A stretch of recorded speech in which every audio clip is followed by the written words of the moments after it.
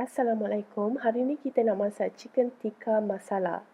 Bahan-bahan yang diperlukan adalah dada ayam yang dipotong dadu. Untuk bahan perapan kita perlukan serbuk paprika, garam masala, serbuk kunyit, garam, serbuk lada hitam, serbuk ketumbar.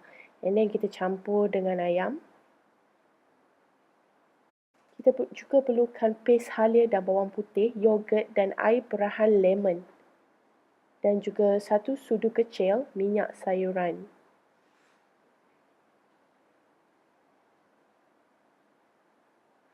Satu sudu kecil air perahan lemon.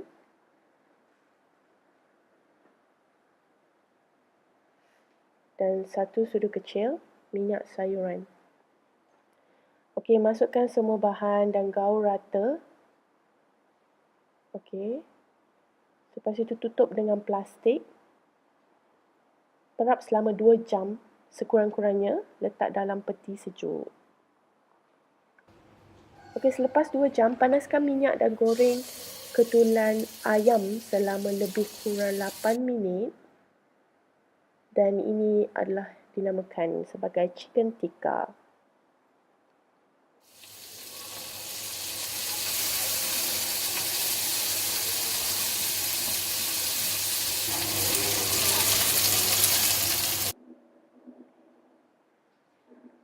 Okey, selepas lebih kurang 8 minit, boleh angkat ayam. Alright, untuk masala ataupun sos, tambahkan sedikit minyak masak ke dalam kuali. Tumis 3 bunga cengkeh, 2 buah pelaga, 2 kayu manis selama 10 saat.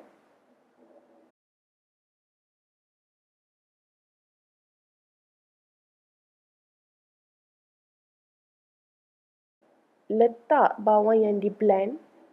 Tumis sehingga air kering.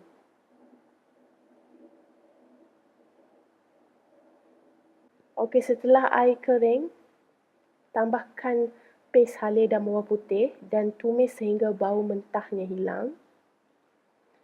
Dan juga boleh masukkan rempah lain yang saya akan tulis di dalam description box di bawah. Tambah sedikit air supaya rempah tidak hangit.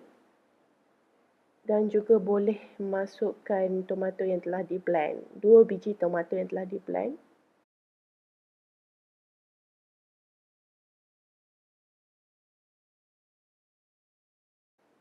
Tambahkan sedikit air. Dan juga lebihan bahan perapan. Boleh tambahkan lagi.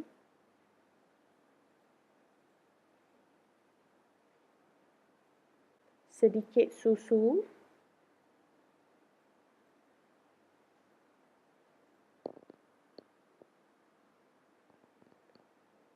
Dan juga 1 sudu besar sos tomato.